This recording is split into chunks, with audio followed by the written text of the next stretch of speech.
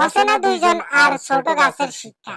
একদিন এক গ্রামে দেয়ালের পাশে দাঁড়িয়েছিল এক ব্যক্তি। তার মুখে চিন্তার ছাপ, মনে হয় জীবনের অনেক কষ্ট তাকে ঘিরে রেখেছে। ঠিক তখনই আরেকজন অপরিচিত লোক সেখানে এসে দাঁড়ালো। সে দেয়ালের পাশে জন্মে নেওয়া একটি গাছের দিকে তাকিয়ে মুচকি হাসলো। অপরিচিত লোকটি বলল, আরে ভাই, আপনি এত চিন্তিত কেন? আপনি এই গাছটা দেখেছেন? এটা শিকড়ের দিকে একটু খেয়াল করেন। এখানে কোনো মাটি নাই, তারপরে কিন্তু গাছটা বেঁচে আছে। ব্যক্তিটি একটু বিরক্ত হয়ে বলল, গাছ দেখে কি হবে, আমার নিজের জীবনটাও তো ঠিক নেই। লোকটি বলল, আরে ভাই, আপনি এই গাছটার দিকে তাকান। এই গাছটা কোনো সুযোগ না পেয়েও টিকে আছে। আর আপনি তো মানুষ, আপনার কাছে তো অনেক কিছু আছে।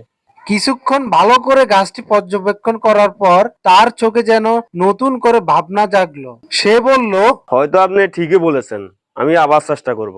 এই গল্পটি থেকে আমরা একটি শিক্ষাই পাই, জীবনের কঠিন সময়েও আশা হারানো উচিত নয়। কখনো কখনো একজন অচেনা মানুষের কথাই আমাদের নতুন করে বাঁচতে শিখায়।